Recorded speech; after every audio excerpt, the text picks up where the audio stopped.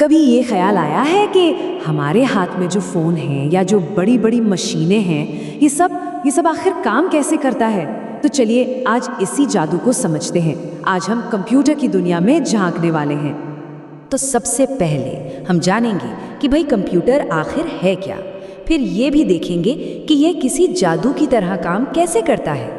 उसके बाद इसकी ताकत क्या है, इसके अलग अलग रूप कौन से हैं, और हाँ, इसके फायदे और नुकसान क्या हैं, इस पर भी बात करेंगे। और आखिर में देखेंगे कि इसने हमारी दुनिया को कैसे पूरी तरह से बदल दिया है।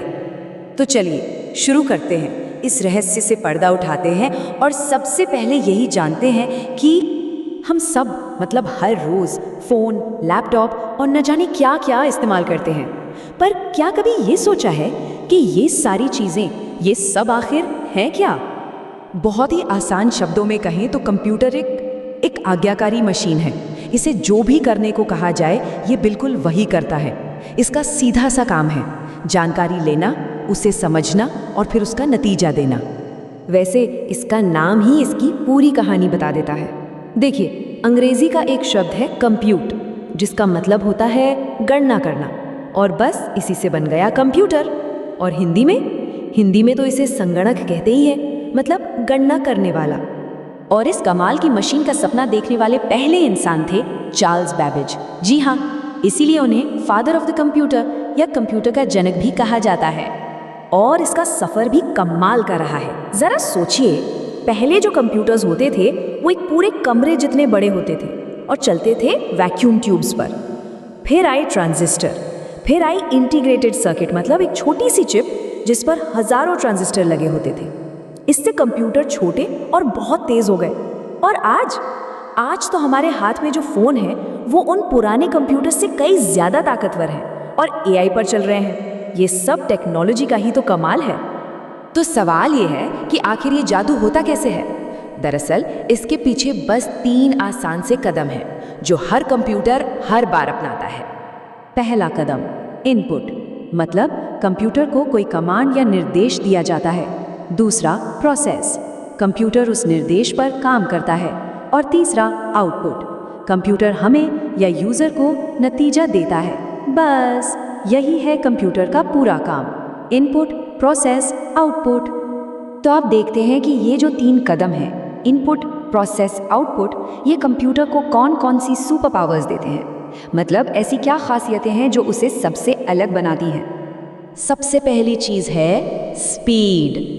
इसकी रफ्तार का अंदाज़ा लगाना भी मुश्किल है, मतलब जिस काम को करने में हमें शायद घंटे लग जाएं, ये उसे पलक झपकते ही कर देता है। 1 सेकंड में 10 लाख से भी ज़्यादा कैलकुलेशंस। कमाल है ना?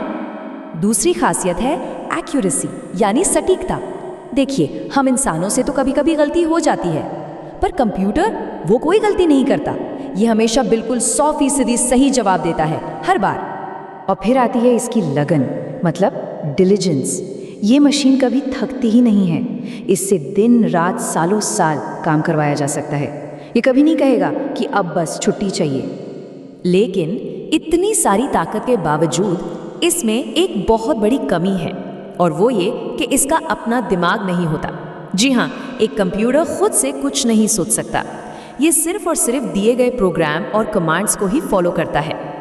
और इसी एक बेसिक मॉडल ने समय के साथ साथ कई अलग अलग रूप ले लिए हैं, हमारी जेब में रखे फ़ोन से लेकर बड़े बड़े दफ्तरों में रखी विशाल मशीनों तक। तो एक तरफ तो है माइक्रो कंप्यूटर। ये छोटे होते हैं, एक बार में एक ही इंसान इस्तेमाल करता है और ज़्यादा महंगे भी नहीं होते, जैसे हमारे लैपटॉप, हमारे फ़ोन। और दूसरी तरफ है बड़े बड़े मेन फ्रेम कंप्यूटर। ये बहुत विशाल होते हैं, बहुत महंगे होते हैं और इन्हें एक साथ कई लोग इस्तेमाल कर सकते हैं। ये आपको मिलेंगे बैंकों में, बड़ी बड़ी कंपनियों में या सरकारी दफ्तरों में। और फिर इन सबसे ऊपर आते हैं सुपर कंप्यूटर। ये है कंप्यूटर की दुनिया के असली बाहुबली। ये सबसे बड़े और सबसे ज़्यादा शक्तिशाली होते हैं। इनमें हज़ारों प्रोसेसर एक साथ काम करते हैं और इनका इस्तेमाल होता है बहुत ही मुश्किल कामों के लिए, जैसे मौसम का अनुमान लगाना या फिर साइंटिफिक रिसर्च में। तो इतनी ताकत, इसके फ़ायदे हैं या नुकसान, मतलब ये हमारे लिए अच्छा है या बुरा? चलिए अब सिक्के के दोनों पहलुओं पर नज़र डालते हैं। फायदे तो साफ है, ये एक साथ कई काम कर सकता है, मतलब मल्टीटास्किंग।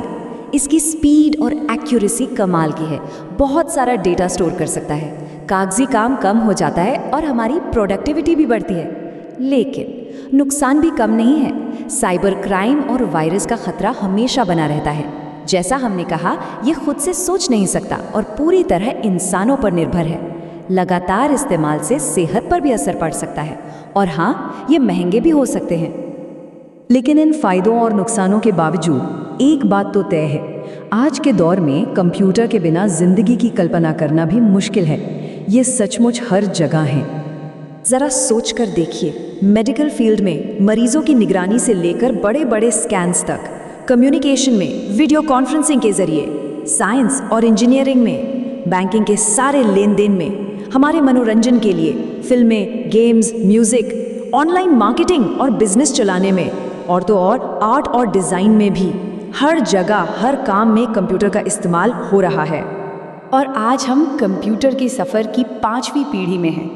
ये वो दौर है जहां आर्टिफिशियल इंटेलिजेंस यानी AI पर सबसे ज़्यादा काम हो रहा है। याद है, हमने कहा था कि कंप्यूटर की सबसे बड़ी कमी ये है कि वो सोच नहीं सकता। बस AI उसी कमी को दूर करने की एक कोशिश है। तो अब सबसे बड़ा और सबसे ज़रूरी सवाल यही उठता है, जब कंप्यूटर खुद सोचना और फैसले लेना सीख जाएंगे तो आने वाले समय में हमारी दुनिया का चेहरा कैसा होगा, और उस बदलती हुई दुनिया में हम इंसानों की जगह क्या होगी? ये एक ऐसा सवाल है जिस पर सोचना बहुत ज़रूरी है।